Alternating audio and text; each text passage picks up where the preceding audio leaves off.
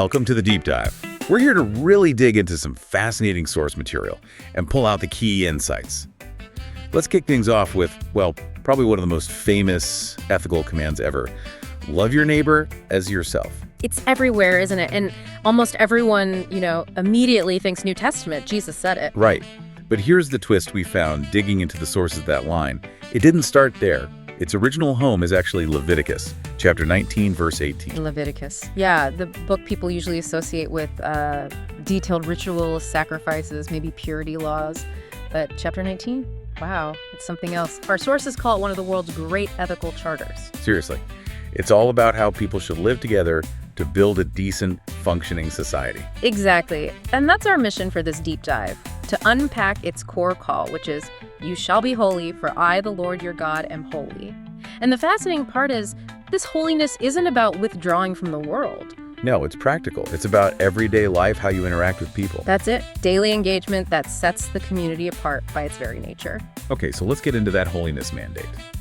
The basic idea, the foundation, is that God's people are called to sort of mirror God's own character.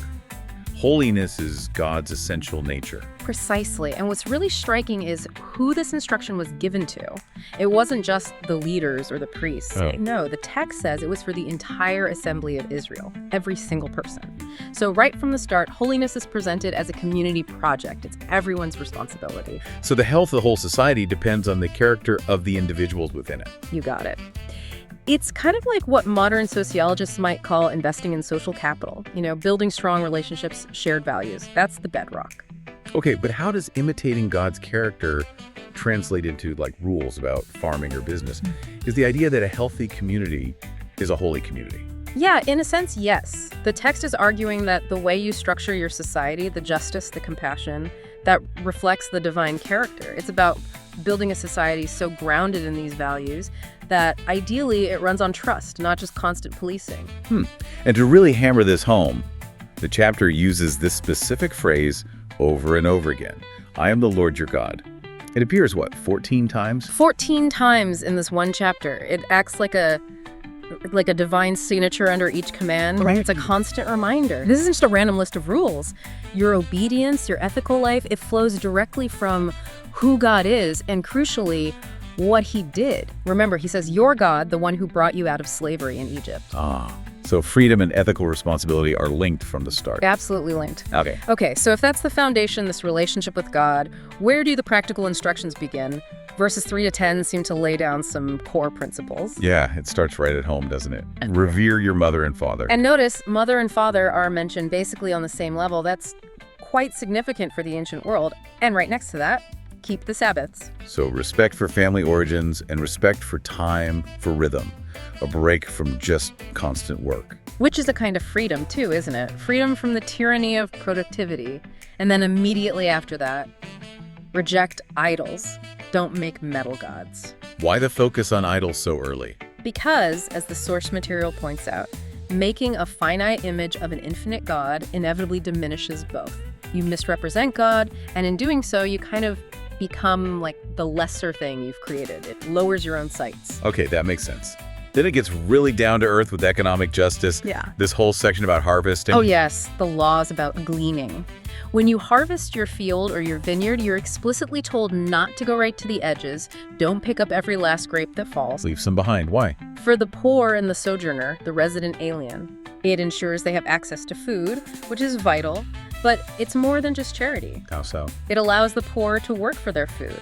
They retain the dignity of gathering it themselves rather than just receiving a handout. It's about provision and dignity. But if I'm the farmer, leaving part of my potential harvest, doesn't that feel inefficient? Maybe even wasteful? I think that tension is deliberate. It forces you to choose. Are you maximizing profit above all else? Or are you building a community that cares for everyone? It directly connects your relationship with God, trusting him for the harvest with how you treat your neighbor. That theme of trust seems even stronger in that fruit tree rule. It's a tough one. It really is. Plant a tree, but you can't eat the fruit for 3 years. The 4th year's fruit is holy, an offering. Only in the 5th year can you eat it yourself, and the text says this is to increase its yield. 5 years is a long time to wait. What's the logic? Is it purely symbolic? Well, the sources suggest it's both spiritual and practical, even good agriculture. Forcing that weight allows the tree to establish really deep, strong roots before it starts bearing heavily. If you let it fruit too early, you stress the young tree, potentially shorten its life, reduce its overall long-term yield. So waiting actually leads to more fruit later. It teaches patience, long-term thinking over immediate gratification, faith even. Exactly. Faith that following the command, even when it seems counterintuitive, leads to a better outcome. Okay, so that covers some foundational stuff. Let's shift to verses 11 through 18. This seems to be about relationships, closer interactions. Our outline called it friendship issues. It starts with real basics. Yeah, absolute basics of integrity. Don't steal, don't deal falsely, don't lie to one another. This is the glue that holds society together. And then, do not swear by my name falsely, and so profane the name of your God. That sounds serious. Extremely serious. An oath invoked God's name as the guarantee. To swear falsely wasn't just lying, it was dragging God's reputation into your deception. It undermines the very basis of trust. And right after that, it moves to fairness, especially in power dynamics. Do not oppress your neighbor or rob him. And crucially, the wages of a hired worker shall not remain with you all night until the morning. That is such a powerful, specific command for its time. Think about it. Day laborers often lived hand to mouth. They needed that day's wage to buy food for the next day. So delaying payment, even just overnight, could mean real hardship, even hunger. This law demands immediate respect and consideration for the most vulnerable workers. It's basic fairness elevated to a divine command. Wow. And the protection for the vulnerable continues. Don't curse the deaf. Don't put a stumbling block before the blind. Yes, and notice the reasoning. You might be tempted to do it because they can't hear you or see you. They might not even know you're harming or mocking them. But the text adds, fear your God. God sees, God knows. Even if the victim is unaware, the act itself is wrong because it shows contempt and violates a fundamental duty of care. It also insists on impartial justice. Doesn't matter if someone's poor or powerful, judge your neighbor in righteousness. No favoritism either way. Right. The law must be blind. And then it goes even deeper into attitudes of the heart. Yeah, things like, don't go around as a slanderer. Don't stand by when your neighbor's life is in danger. Don't seek vengeance or bear a grudge. You can't just obey the rules outwardly if inwardly you're full of bitterness or indifference. That poisons the community from within. You have to deal with the internal stuff too. Which brings us right back to the absolute core of this section, maybe the whole chapter. Love your neighbor as yourself. The royal law, as James later calls it. And the sources really help clarify what as yourself means here. It's not about navel-gazing or trying to drum up self-esteem first. It's not love yourself, then love your neighbor. No, it's more like recognize the way you instinctively care for your own well-being, your own needs, your own protection. Extend that same level of active care and consideration to your neighbor, intentionally. So the focus is outward, on the action towards the other person. Absolutely. It's about treating them with the respect and value you automatically grant yourself. It's a command to act consistently and fairly. Okay, let's look at the final major block of commands, verses 19 to 37. This section seems, well, a bit more varied.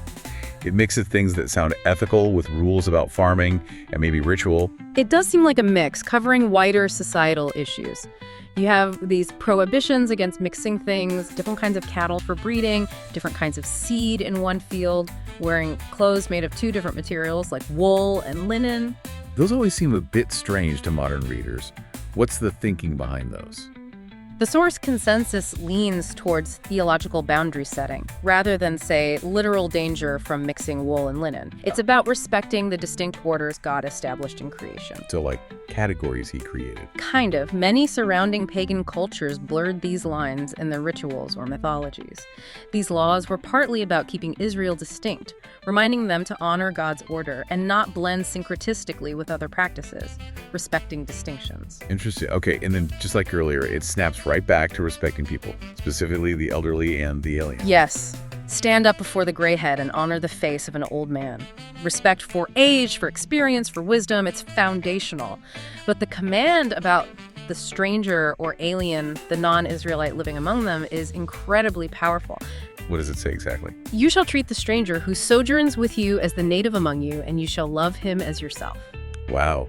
Love the stranger as yourself. That's demanding. It is, and the text gives the reason immediately. For you are strangers in the land of Egypt. Their own collective memory of being vulnerable, oppressed outsiders must fuel empathy and fair treatment for the aliens in their own land. So, forgetting that history, or mistreating the stranger, would be a fundamental betrayal of their own identity and their relationship with God. Precisely. It's a constant ethical reminder grounded in their own story. Then the chapter pivots again to absolute honesty in the marketplace. Right, weights and measures. You shall do no wrong in judgment in measures of length or weight or quantity. You need just balances, just weights, a just ephah, and a just hin. Those are just standard units of measurement for trade. So no cheating customers. Exactly. Cheating in business isn't just shrewd practice. It's framed as a deep ethical violation. It puts you on the same level as the oppressors they escaped in Egypt.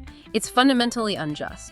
And then sprinkled in near the end are these reminders to avoid pagan religious practices like consulting mediums or necromancers, or specific mourning rituals like cutting oneself or getting tattoos for the dead. Yes, again, reinforcing that distinctiveness, separating their worship and life practices from those around them. But the overwhelming theme tying it all together Is that holiness touches everything. everything. Farming, business, courts, family, how you treat the vulnerable, the elderly, the foreigner. Every single aspect of life is where you live out this call to reflect God's character. Which explains why this chapter has had such a massive legacy. We mentioned Jesus quoting, "Love your neighbor." Where else does its influence show up strongly? Oh, its DNA is all over later scripture, especially writings focused on practical living. The book of James in the New Testament is almost like a commentary on Leviticus 19 in places. James constantly emphasizes integrity, impartiality, controlling the tongue, caring for the poor he calls love your neighbor, the royal law. So, pulling it all together for us today as we process this source material, what's the big takeaway? I think it's that holiness in this foundational view is not about pious withdrawal from the world, but about engaged ethical witness within it. It's intensely practical. It's about how you actually live Monday to Saturday. Right. Your actions, how you handle money, how fair you are in your dealings, how you treat people, especially those without power, those are your acts of worship. Generosity is worship.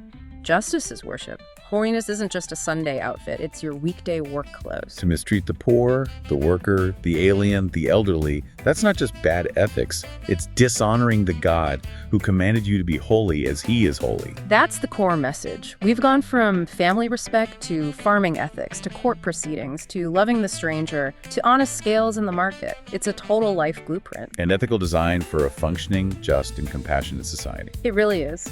And maybe here's a final thought to chew on, connecting back to that gleaning law. Holiness required intentionally leaving the edges of your field, your resources, for others. So maybe ask yourself this week, are you leaving any edges in your life? Yeah, edges in your time, maybe your money, your energy, your attention. Is there margin left over for the stranger, the person outside your immediate circle, the one in need? Or is every bit of your field, every resource being harvested right up to the very edge, just for yourself?